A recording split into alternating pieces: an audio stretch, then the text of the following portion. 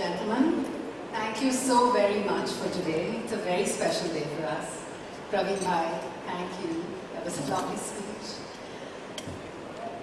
Russell, I don't know where you're sitting. Thank you very, very much. Mr. Kleber, thank you for your very kind words. Sen, who I've not actually met, but thank you very much. And of course, Sachin Jain. Thanks to you. Thanks to Biryani, who introduced us. So, I really, really like the name for today's evening, Jewelers of Hope. I think it's beautiful. You know, when we first started thinking about this dream of ours and how we were going to make it happen, we actually asked ourselves, what is poverty? And the answer we came up with after almost 6 months of debating and talking to people is that poverty is really an absence of hope. I think it was May 2012. We did 1 year of research and study where we traveled the length and the breadth of the country, met amazing people, really amazing people, studied. We went to Bangladesh, met Brack. I don't know if you've heard of them, Sir Faisal. For the first time in my life, I was really starstruck. I mean, I have the most amazing Mirza here. And I mean, but just to be honest, I've never asked a film star for a photograph with them. But when I met Sir Faisal, I said, "Sir, can I please have a photograph with you?" Because that man has single-handedly, along with another gentleman whom you've heard of, Grameen Bank, transformed the indices of a whole nation. And from that visit came a huge inspiration to both Ronnie and me that really it can be done. People can be lifted out of poverty permanently. But I think being maybe a little foolish, maybe a little stupid, and many people did call us crazy. I remember this 4 years ago. Today they tell us it's the only way to do it. We told them that we talked about it to a lot of our friends, and we decided to create a model of development with a 360-degree approach, which means there is no silver bullet to removing poverty. There is no one thing. If you say, I'll do this one thing, I'll build this one toilet, or this water, or this education, or this nutrition, or this health, or this livelihood, or this agriculture, this one thing that will remove people from poverty, it won't happen. It won't happen. If you examine your own lives and that of your children, what would you give up?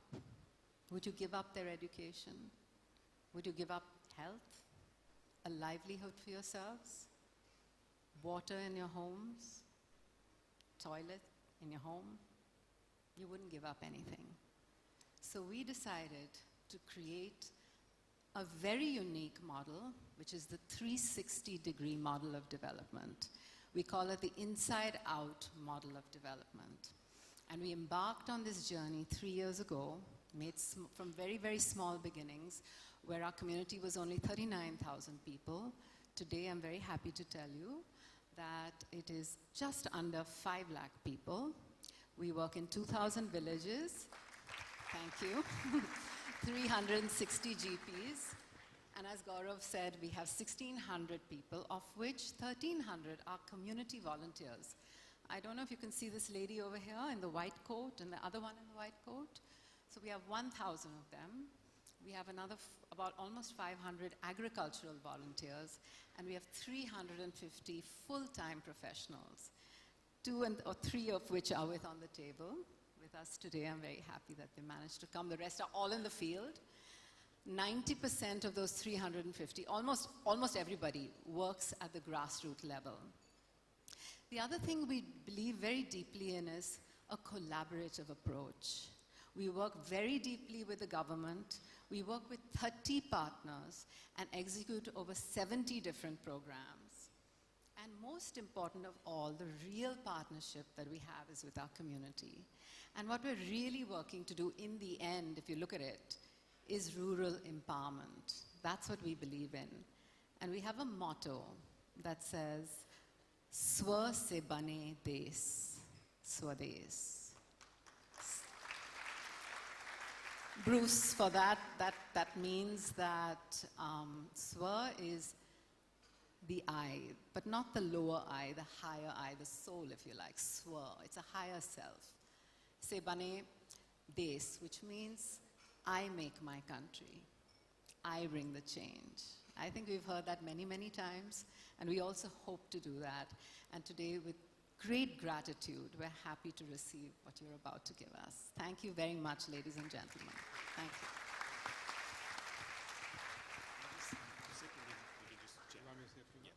Could Ronnie and Zarina please take a seat, and then we can just have a little chat. Yes, we will, just in just a moment. So I just want to say a few words, actually. And, yes. I think Zaina said most of it, but I, again, want to thank everyone for here. Praveen bhai, thank you very much for your very kind words. Russell, for having us. De Beers, thank you for everything and your contribution. I know you're celebrating your 50th anniversary, but I remember a little over 36 years ago, when I was much, much younger, my first tryst came with the Gem and Jewelry Export Promotion Council, because I was invited to host a fashion show with, at that time, all the beautiful ladies. And it was my first overseas trip ever to Singapore. I'd never traveled abroad. And suddenly I was invited by Jeannie Navroji, who at that time was choreographing for the Gem and Jewelry Export Promotion Council. And it was a thrilling experience. So to come back and see the logo evolve since the last 36 years, it brings me back with a lot of nostalgic memories. And the last thing maybe I'd like to just share, and Zaina has spoken a lot about Swades, and I think everyone is here. We all discuss philanthropy in a very broad sense, and sometimes it does frustrate me that there is a perception that there isn't so much of it going around in India. And there's always a question mark as to why aren't we doing more? And I can tell you, in the 6 to 9 months that we did and met people across India, there is an incredible amount of sweat equity and an incredible amount of people doing some great work. And if the United States contributes 2% of their GDP, and we are guilty of only contributing 0.2% of our GDP, I don't think we need to look down on that, because if you add the sweat equity, we cross that 2% of GDP. And I think most of the developing nations, when they do that, it's mostly for educational institutions and many others. Many of them, personally, from my point of view, may not even need some of those grants that actually go to them. So I think we need to be a very proud nation to the fact that there is a fair amount of incredible work that goes on here. And the last I would like to urge everyone here is that in India, as compared to in most other places, the challenge here is not about cutting a check. I think it needs manpower and the brain capital that this room represents and many of us represent. And I think it needs as much of your time. And even if you give 10% of your time and 0.01% of your wealth, it'll make an incredible difference, because the challenges for India to solve the problems are very unique. And I don't think today we have the mature enough foundations and NGOs at that scale to be able to take it there. And we need the brain power of corporate India to actually contribute in an intelligent manner, because there are lots of problems to be solved, and unless we're on the ground, we don't know how to solve them. And I think that's just my sort of appeal to everyone, that that's the next level of some sense of participation of sweat equity outside of their financial contribution. But again, thank you, Gem and Jewelry and Export Promotion Council, for having us here and for this generous donation. Thank you. Well, it's really interesting that 36 years ago, they were the first ones to take you out of the country, and today they're giving you something to keep you in country for longer, right? Just to work even deeper in the country. But to both of you, the question that I ask is, and there's something so interesting that you said, that when you were starting out, the quote I thought of, or the line that I thought of is, first they laugh at you, then they call you crazy, and then they follow you.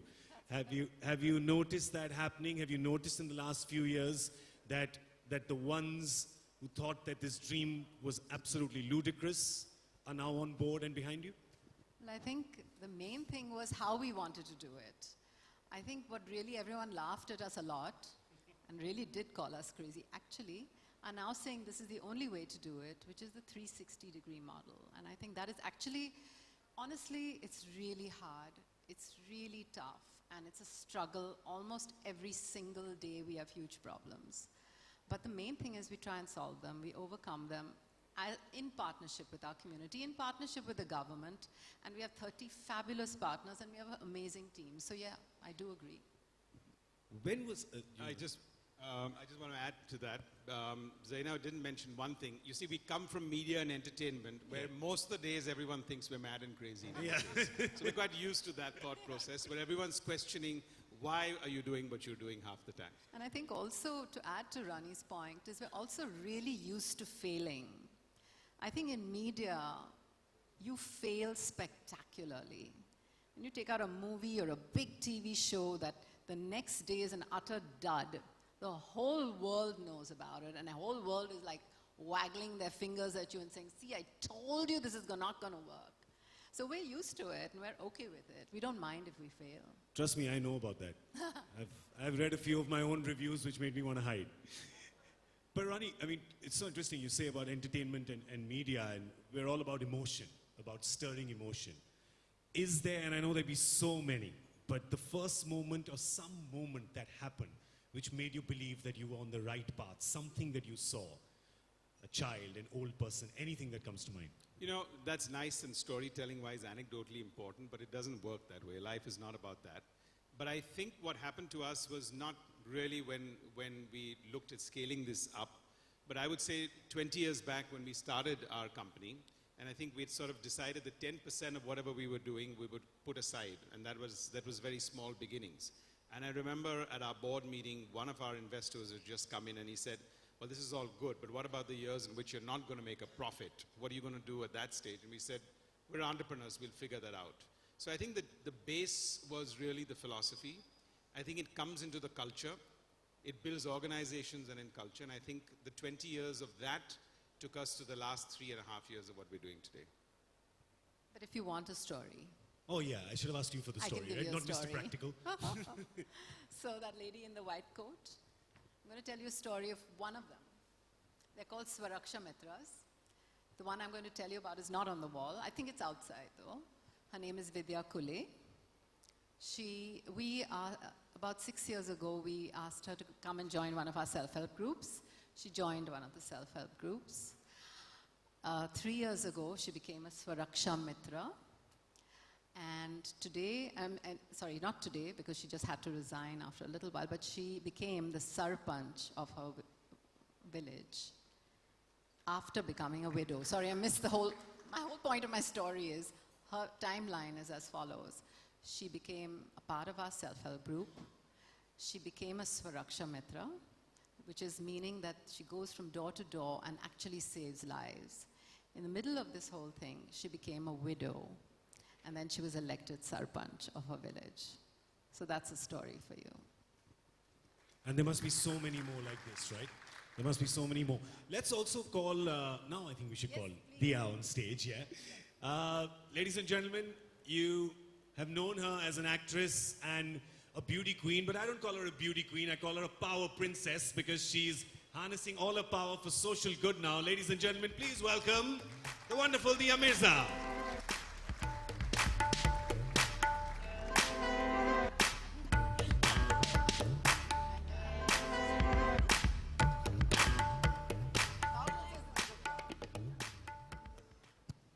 So I have to tell you something. No, Dia, you tell. Okay, I'll tell you. So Dia just told me that her very first assignment, one of her earliest assignments when she was 17 years old, was for De Beers. So there you go. Yeah. That was like 5 years ago, right? 6. I love you, Gaurav. We're old friends. I mean, while doing social good, Dia, more than Dia, actually, Dia's cook has done a lot of social good for me as well. We've been neighbors for a long time, and when I was young and kitchenless in Mumbai, her cook used to make lovely dosas for us. So I think this started a long time ago. I think that was your first emotion of seeing social good happening. That was my first experience in social good. And from there on, you decided to save tigers and, of course, do a lot more things.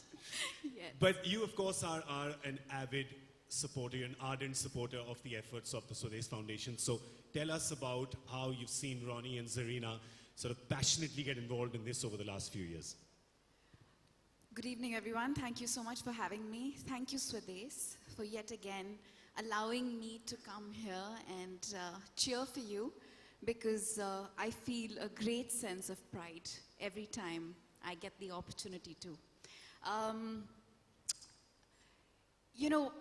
Growing up, there's always a sense of participation one would like to feel. I mean, your school encourages you, and then your college does. At home, I was encouraged, and I always felt a great sense of happiness every time I came back after doing something that I knew was making a difference in somebody's life. And I would often wonder, when does that stop? And then you grow older and you realize it stops when you become busy with yourself and expanding your own life ambitions and going on to doing the very many things that you want to do, the goals you want to achieve. And somewhere along that process of that participation and that fantastic feeling that one gets in participating with more people than just yourself starts disappearing. And it's very interesting how, despite great successes, there is a kind of an emptiness that looms. It just kind of takes over. And I think what Ronnie and Zarina are examples of are individuals who grew as individuals first, and then as an organization, but they never lost sight of that very important aspect of being and being contented individuals, and remembering that the only way they can be truly happy is if they're making a difference. And I know that has more to do with Zarina than it does with Ronnie. No. Oops. No. Okay, she will, of course. You're all heart, Zarina. And I know that without him, your heart would not beat. But, and you agree with me, right, Ronnie? Yeah. So, anyway, let's go back to the story. And when they first called me and told me about what they were doing with Swades, I was just blown away. I was so amazed at their intention. And I also knew somewhere within my heart that it was an intention that they would make possible. Because they just are those kind of people. They make everything that they set out to do happen. And it's been a remarkable 3.5 years of watching them grow from strength to strength, making great strides, making such a huge social impact. And I work a lot with corporates. I'm on the board of some organizations, and I know how difficult it is for NGOs in the country to convince corporations to invest in them. And a lot of corporates have agendas. So a lot of the CSR donations that are made, or the money spent through CSR, is always, everybody has like their own thing. We will do health, and we will do education, or we will do XYZ, but nobody really says, I'm going to support somebody who's doing everything. So I know what a big challenge it must be for them to convince people to say, hey, you know what? I'm going to back an effort that wants to take care of everything. And, but there has been a great growth in attitudes of people, wonderful, wonderful changes. I think when CSR was first introduced, it was done sometimes grudgingly and sometimes because, people were getting a tax benefit. But it's amazing to see how wonderfully corporations have started reveling in the good work that they're doing. They're taking a great sense of pride in their participation. They're really, really proud about their accomplishments, because, when you reach out and you make a difference and you start seeing results, it really puts a sense of goodness in you. And I think it's also transforming the way companies operate in India and the way people, individuals are even approaching their own lives. So it's wonderful times in India. There's a lot of work to be done, and I'm just so happy I'm sitting in a room full of people who are doing that work. And thank you, Zarina and Ronnie, for inspiring change, because, it's a wonderful thing to hear great stories, but it's another thing to see people in action, see people doing the work. And I think the only legacy that all of us are always looking for is a great story, right, to leave behind. And I think that those stories are changing every day. They're becoming more about we and less about I. Fantastic. And you are leaving a million stories behind, and a million stories every 5 years. And that's something I think that should inspire and motivate everybody. And Ronnie, like you rightfully said, it's not just about giving money, it's also about giving time. It's sweat equity and being there. Yeah, Dia. One thing I quickly want to add, Sure. because they both spoke about their volunteer group, and that's something that I find is so remarkable, because there are people from cities, urban centers, and of course rural centers, who are part of Swades because they want to give, they want to share their skills. You know, they're actually out there and on the ground doing work because they believe that sharing their skills is going to impact change, and that's a huge thing. I mean, they could be busy in the city making money, doing other things, but they choose to be out there in rural India, creating sustainable solutions and sharing their skill sets, which is fantastic. Truly collaborative at every level.